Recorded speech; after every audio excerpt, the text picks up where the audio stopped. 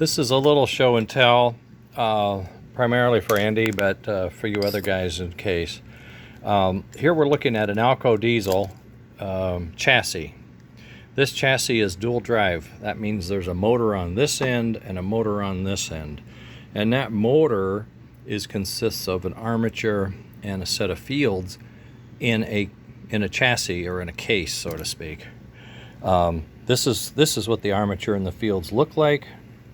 And they're very similar to the steam engine variation that we have, which we have just sort of replaced the fields with a set of arced magnets and some additional side magnets. I just find this so interesting. If you don't think magnets can do magic,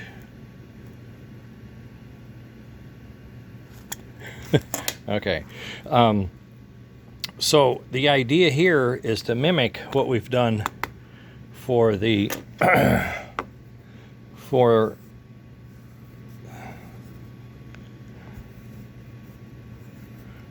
the others by making a frame like this, where these magnets can slide in and there's enough material here to hold them in, and then it's open so that the magnetic forces can reach across. And if we need an auxiliary magnet, we can put them in the sides here, and this would pull this about. But now, for that to work, it has to fit inside, or at least in the parameters of this standard. This is an idler non-drive chassis, but it gives us the dimensions of the chassis, or what the chassis would need to look like. So imagine putting this on here. It gets a little big. It's got a magnet, of course, so it gets a little big, and we'll have to think about how we do it. And then there's this reach up thing here, so you know, somehow you got to have this up there, but it could be wider, right? You can see it could be a little wider, but we do have a dimension, the overall cavity width, that we have to consider. So it's going to be skinnier than this, but it's got to have all the bits. So if we put this in here, you can see right away we could come in like this wide pretty easy and see that, that's not too bad. That's not too bad as far as meeting that width. And this could be a notch, it's like this, notch in. But also remember, we want a magnet, may need an extra magnet, although these are really strong. These are much stronger than the ones I have for my steamer. So we may get by with just these thick magnets, arcs, right here. And I don't need the auxiliary. If that's the case, then we're in great shape. We can slide that baby in, and it's exactly the same. Now all we have to worry about is the height of the pin from a side view. Like here's the wheel, here's the wheel, here's the pin. So we get the same height. So everything fits in the engine the same way.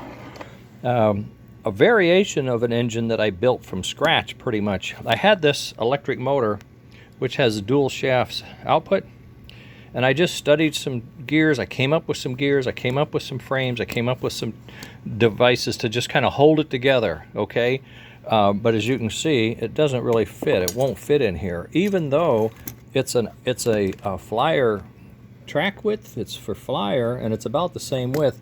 The motor is in such a way.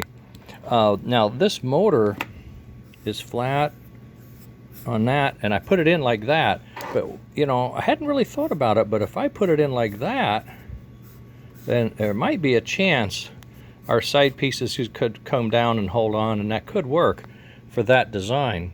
But if we want to convert these old ones, and I've done some conversions in the past, I've actually pulled out the wire, put magnets in, made DC poles out of them, and it works. But I have to say, my success with this particular style is so good that I really think going ahead with a frame to hold these is the best approach.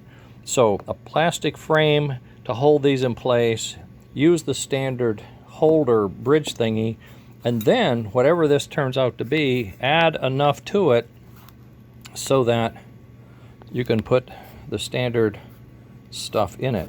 So you go like this, you go like that. One's offset, you see that, because you're going to have the, oh no, it's only offset because, no, it's still offset because of that commutator. And there's the gear. Okay, and this one just has the gear. So it's possible we come up with a plastic chassis, the plastic fields, DC fields, and then Flyer gears, Flyer wheels, Flyer axles. You know, that could be something that could come together fairly quickly.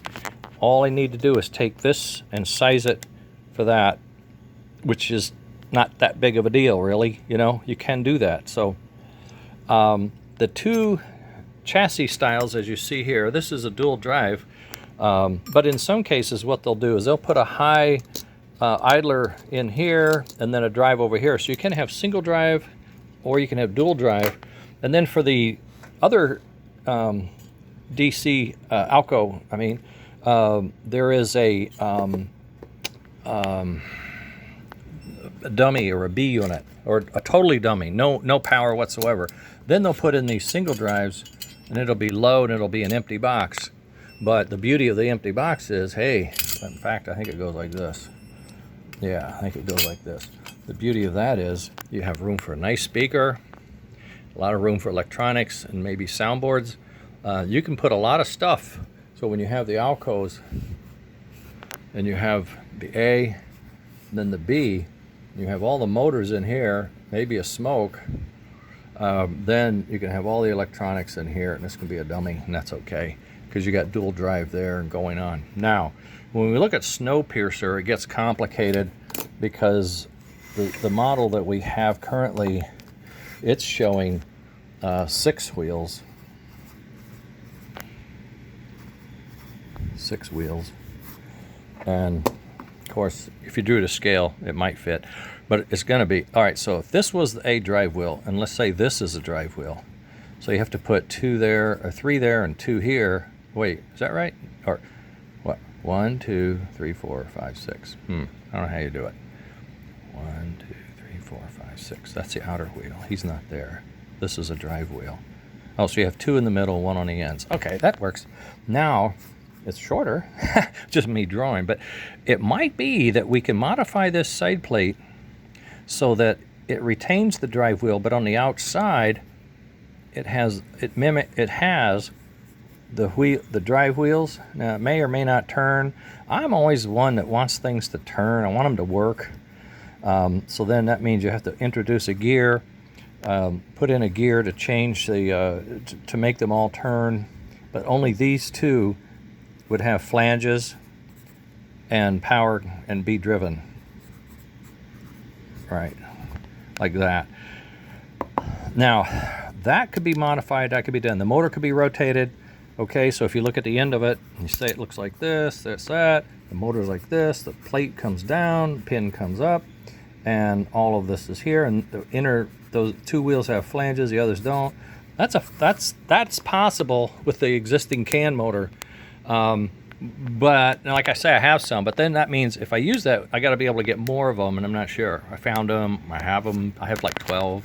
So yeah, you could build some engines, but then what? I really would rather maybe do both. Maybe this is for some units and this is for other units, I don't know. But the retrofit to DC, I like it. It works so well on the steam engine. I'm really hot for that, and I'd like to keep that going. And you know, we have some variations that are thin, so I can fit them in there. I can do whatever I need to size-wise, mount-wise, and then adapt them to some kind of a frame where the rest of this, because they have, if I can pull these apart, these magnets, you know, they're great, right? But, geez, oh Pete's, they stick to everything. All right, so this is the bearing. This is the bearing. We just need to capture the bearing, and then we're there. Okay.